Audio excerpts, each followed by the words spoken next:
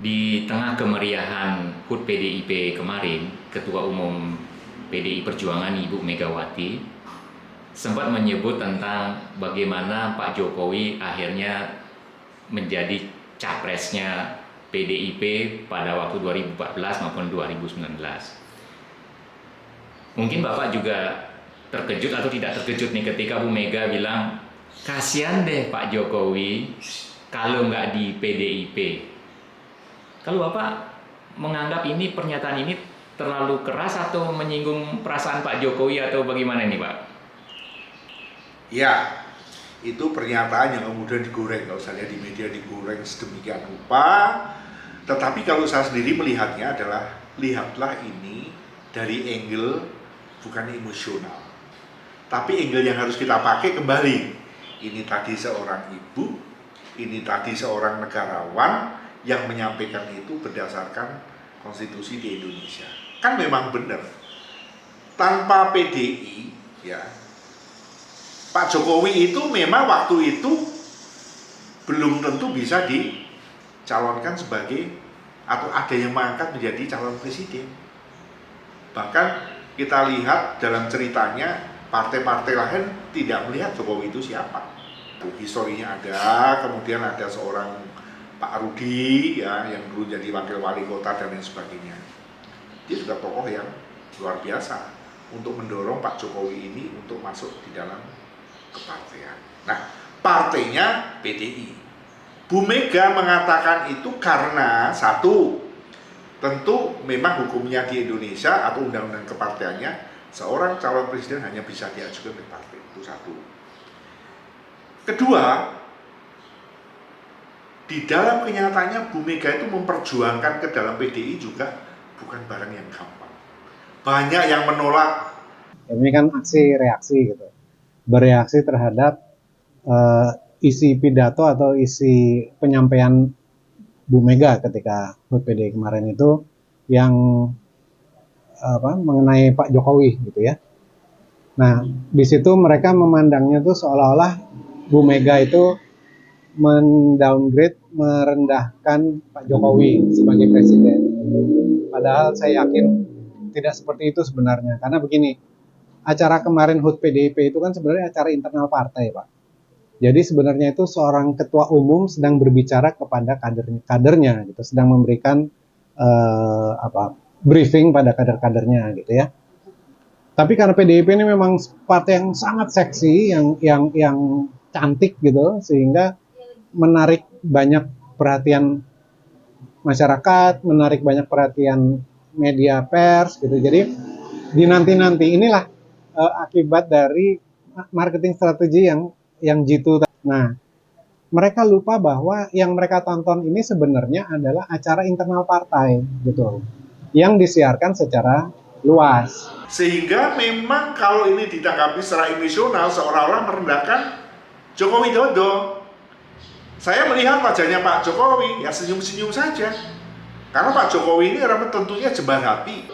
Jadi seharusnya disikapi dengan yang ringan-ringan aja gitu. Karena kalau saya menganggapnya itu seorang ibu sedang menasehati anak-anaknya. Nah, kita yang tidak ada di dalam keluarga itu, ya kita senyum-senyum aja gitu. Artinya nggak perlu menghujat, kok ibunya ngomongnya seperti itu gitu ya.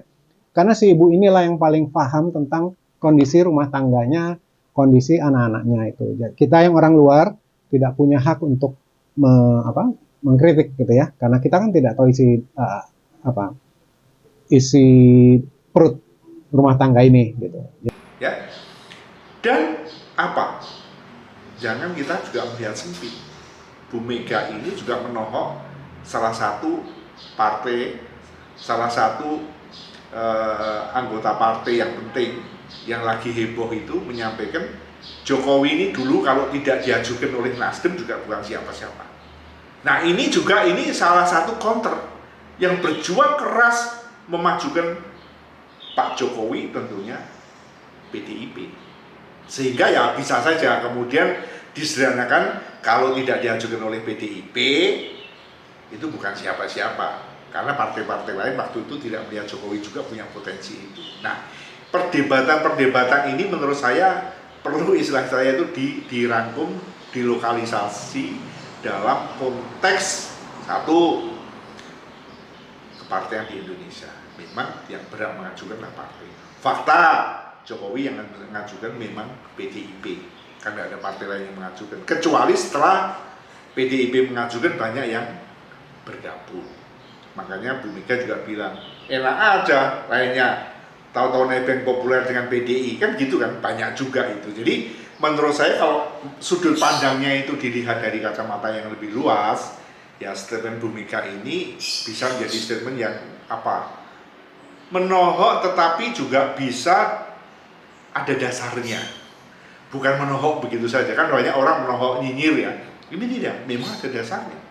Jadi beliau tuh sekedar mengingatkan saja bahwa tanpa PDIP itu memang sosok Pak Jokowi hari ini kita mungkin nggak kenal, Pak, gitu. Karena Pak Jokowi itu kan berangkat dari Partai Demokrasi Indonesia Perjuangan, gitu. Jadi ya memang sudah seharusnya seperti itu, gitu.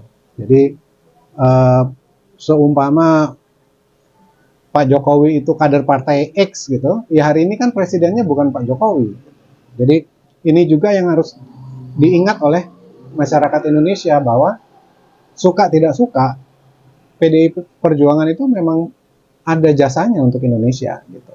Jadi kayak punya kader bagus lainnya, misalnya Budiman Sujatmiko, FX Rudy gitu ya. Jadi mereka itu besar karena partai. Diangkat oleh partai untuk membawa kebaikan pada rakyat Indonesia. Itu yang sebenarnya diharapkan oleh Bu Mega gitu. Jadi hanya untuk diingatkan bahwa jangan kader-kaderku tuh berlomba untuk cari jabatan tapi untuk dirinya sendiri gitu. Tapi harus untuk bermanfaat untuk rakyat Indonesia. Sebenarnya pesannya Ibu Mega tuh itu kalau yang saya tangkap gitu. Jadi bukan beliau mengecilkan Pak Jokowi, tidak. Beliau hanya mengingatkan, jadi seperti apa ya, menyindir pihak-pihak lain, kader-kadernya mungkin ada yang nakal-nakal sedikit gitu ya, yang mungkin lupa bahwa dia itu berangkatnya dari apa, dia dulu siapa gitu kan. Nah, jadi sebenarnya ini seorang ibu yang mengingatkan aja gitu. Cuman mungkin bahasanya yang tidak semua orang bisa menerima dengan jernih gitu. Tapi ya begitulah, itu artinya apa yang disampaikan sesuai dengan isi hatinya Bu Mega, tidak dibagus-bagusin gitu ya, tidak dikosmetik gitu kalimat-kalimatnya. Sebaliknya, PDIP juga beruntung ya mempunyai kader sebagus Pak Jokowi, karena Pak Jokowi ini kan yang kemudian meneruskan pikiran-pikiran Bung Karno, cita-cita Bung Karno. Jadi ini memang saling berkaitan, tidak bisa dipisah-pisah gitu. Jadi